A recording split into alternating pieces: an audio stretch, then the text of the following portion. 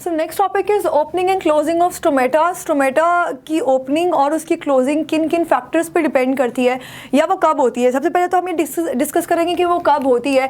उसके लिए हमारे पास दो जो है वो बेसिक हाइपोथेसिस हैं। First one is the sugar starch hypothesis और सेकंड जो है this is influx of potassium ions.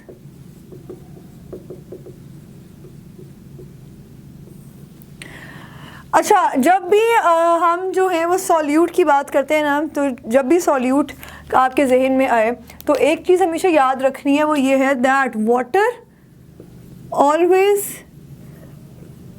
Move towards solute. जहाँ पे सॉल्यूट ज़्यादा होगा पानी वहाँ पे मूवमेंट उसकी जो है वो शुरू हो जाएगी, पानी की मूवमेंट वहाँ पे शुरू हो जाएगी।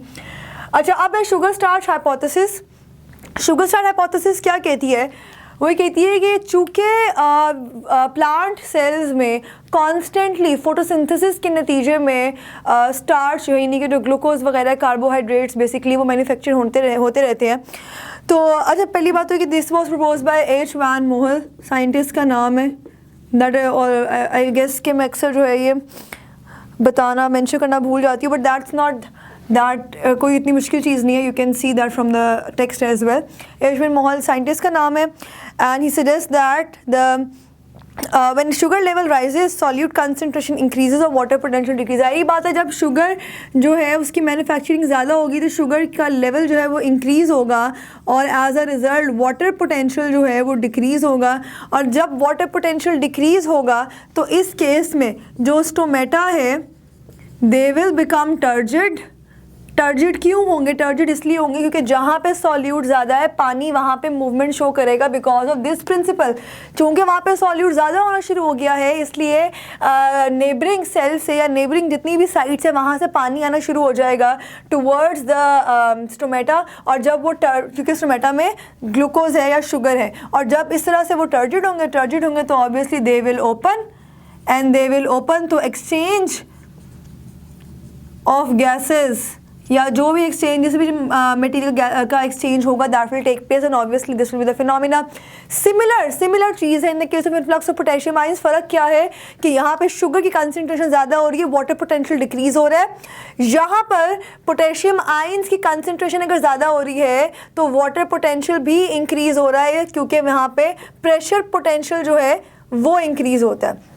प्रेशर पोटेंशियल इसलिए इंक्रीज होता है क्योंकि प्रेशर ज़्यादा एक्सर्ट होता है on the walls of the cell. तो जब प्रेशर ज़्यादा एक्सर्ट होगा, क्योंकि वो पॉजिटिव वैल्यू है जो सॉल्यूट है पोटेशियम की वजह से, सॉल्यूट का पोटेंशियल दैट विल डिक्रीज, लेकिन प्रेशर पोटेंशियल इंक्रीज होगा as a whole. Water potential की वैल्यू जो है वो इंक्रीज होगी। So as a result automatically stomata they will become turgid, और जब वो टर्जिड होंगे तो obviously they will open and exchange of gases जो है it will take place.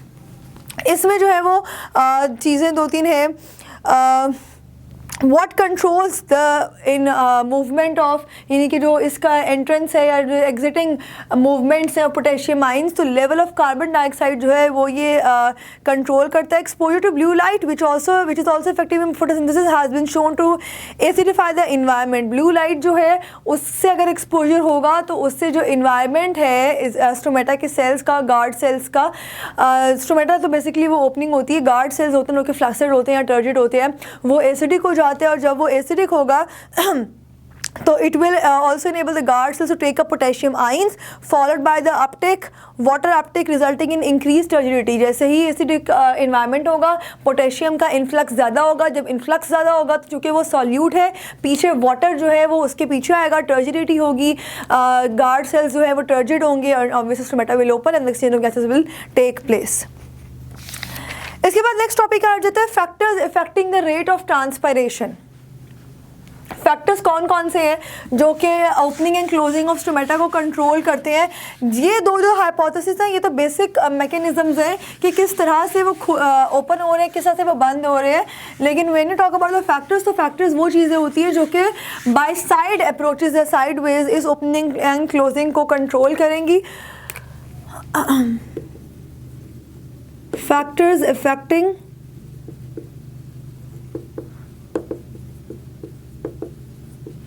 rate of transpiration. इसमें जो है वो कुछ फैक्टर्स मेंशन किए हुए हैं इन द बुक. सबसे पहले जो है वो है light. First is the light. जितनी लाइट ज़्यादा होगी रेट ऑफ ट्रांसपायरेशन उतना ज़्यादा होगा. वो इसलिए होगा क्योंकि लाइट ज़्यादा है, और लाइट ज़्यादा है मतलब सनलाइट की बात हो रही है, और टेम्परेचर जो है वो इंक्रीज़ होगा जितनी लाइट ज़्यादा होगी. जितना टेम्परेचर इंक्रीज़ होगा स्ट्रोमेटा के आसपास से जितने भी वाटर वेपर्स हैं वो सारे इन्वायरमेंट में चले जाएंगे. जब वो इन्वायरमेंट में जाएंगे जो स्ट्रोमेटा के पास वाला एरिया वो फिर से ड्राई हो जाएगा. सो ऑब्वियसली वाटर जो है वो दोबारा बाहर आएगा उसमें से, क्योंकि टेम्परेचर भी हाई है. So that is the reason that increase in temperature will result in increase in the rate of transpiration. और उसकी रीज़न ये भी है because potassium actively enters the guard cells. जब पोटेशियम ज़्यादा एंटर होगा जो टर्जिडिटी है उसकी गार्ड सेल्स की वो भी इंक्रीज़ होगी, और एज अ रिजल्ट ट्रांसपिरेशन जो है वो भी ज़्यादा हो जाएगी. सेकेंड फैक्टर इसमें आ जाता है टेम्परेचर का. टेम्परेचर जो है अभी ऊपर भी एक्सप्लेन होंगे. टेम्परेचर की लाइट से भी टेम्परेचर बढ़ रहा है तो ट्रांसपिरेशन ज़्यादा हो रही है. सिमिलरली टेम्परेचर इटसेल्फ जो है वो भी डायरेक्टली इन्वॉल्व होता है in the increase rate of transpiration. Transpiration जो है वो इंक्रीज हो रहेगी उसमें भी. When the sunlight is strong on a bright and sunny day that environmental temperature is increase, और उसमें भी resultant transpiration rate will increase. लेकिन यहाँ पर कुछ लिमिट्स दी हुई हैं, कुछ पैरामीटर्स दिए हुए हैं. That every rise of the rate of transpiration doubles. Rate of transpiration double हो जाता है at every 10 degree rise in temperature. And when it comes to 40 to 45 तो स्टोमेटा जो है वो क्लोजर आते हैं, क्योंकि फर्दर अगर राइज होगा तो इतना ज़्यादा पानी अगर बाहर इवेपोरेट हो जाएगा तो this can result in the death of the organism या प्लांट जो भी है. उसके बाद थर्ड फैक्टर है about the carbon dioxide concentration. Carbon dioxide concentration. अब कार्बन डाइऑक्साइड कंसंट्रेशन जो है ये बढ़ेगी तो रेट ऑफ ट्रांसपायरेशन जो है वो डिक्रीज होगा. उसकी रीज़न क्या है? That low carbon dioxide concentration such as those that occurs during the day when photosynthesis exceed respiration stimulates the active transport of potassium ions into the guard cells. This transport causes tomato to open and allow carbon dioxide to diffuse in the mesophyll cells of leaves. Or at night, the inward transport of potassium and thus of water, allowing the guard cells to become flaccid and stomata close. Thus transpiration almost stops. तो यहाँ पे you can see that it is the एक inverse सा relation है. Next factor आ जाता है humidity and vapor pressure.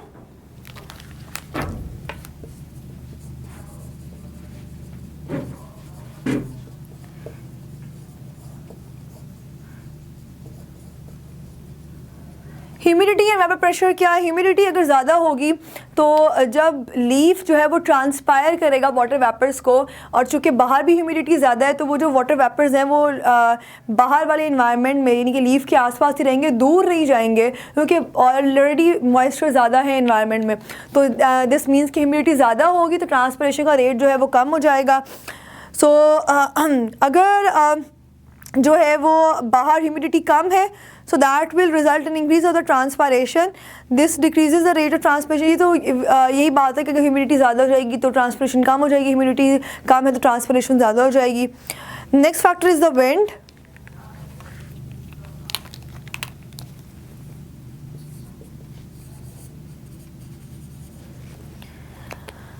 The air in motion is called wind, which causes increase in rate of diffusion of water molecules. क्योंकि अगर wind यानी कि ये ह्यूमिडिटी के इन्वर्स वाले wind ज़्यादा होगी तो जो diffusion rate है यानी कि diffuse करना water vapors का once they come out of the stomata वो ज़्यादा हो जाएगा. अगर wind ज़्यादा है तो जब वो ज़्यादा होगा तो obviously आसपास अगर कोई water molecule नहीं है stomata फिर transpire करेंगे water को, तो that means कि wind जो है it is directly involved in the rate of transpiration.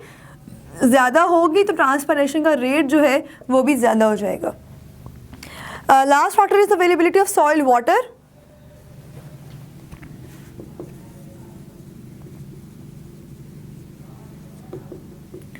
Availability of soil water. Definitely अगर सॉइल में पानी बहुत ज़्यादा है और constantly that is being absorb by the plant cells, तो जितना ही पानी है, अगर पानी ज़्यादा है तो प्लांट को पता है कि चूँकि पानी ज़्यादा है, पानी की किल्लत नहीं होने वाली, लिहाजा it will transpire water through the stomata. अगर सॉइल में किसी वजह से पानी कम है तो पानी को स्टोर किया जाएगा जैसे कि उसको जो है वो ट्रांसपायर किया जाए। उसके बाद छोटा सा टॉपिक है इसके बाद, transpiration as a necessary evil. Necessary evil का मतलब ये है कि ट्रांसपायरेशन दो अगर आप इसको अपेरेंटली देखें तो इट सीम्स लाइक कि पानी जो है वो उसका पानी ज़ाया हो रहा है सिंपली, एंड इतना अगर ट्रांसपायरेशन हॉट क्लाइमेट कंडीशंस में थोड़ी सी भी एक्सीड कर जाती है तो that can result in the death of the plant. लेकिन स्टिल ट्रांसपायरेशन जो है it is important.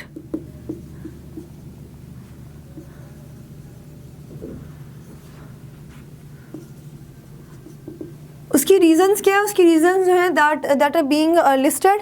Water is conducted और transported in most tall plants with the courtesy of transpiration pull. पानी अगर बहुत टॉल ट्रीज़ की या टॉल प्लांट्स की बात करते हैं तो इतने ऊपर तक पानी को लेके जाने का जरिया सिर्फ ट्रांसपायरेशन है। So you can say that for the conductance of for the transport of water in higher plants. Second factor that is minerals dissolve in water distributes throughout the plant body by transpiration stream. Obviously जब पानी इतना ऊपर जाएगा तो उसके अंदर minerals भी हैं, तो that will help in the minerals distribution. Third is evaporation of water from the exposed surface of cell leaves that has a cooling effect on plant. So third you can say about the cooling effect होता है पूरे plant पे, जैसे जैसे पानी ऊपर जाएगा cooling effect होता है, चाहे हॉट एंड ड्राई कंडीशन उसमें भी। And wet surface of leaf cells allow gaseous exchange, क्योंकि स्टोमेटा जो है उसका सरफेस जब तक वेट नहीं होगा गैसियस एक्सचेंज नहीं होगा, तो गैसियस एक्सचेंज के लिए भी जो है वो ट्रांसपायरेशन ज़रूरी है। So that's all about the transpiration.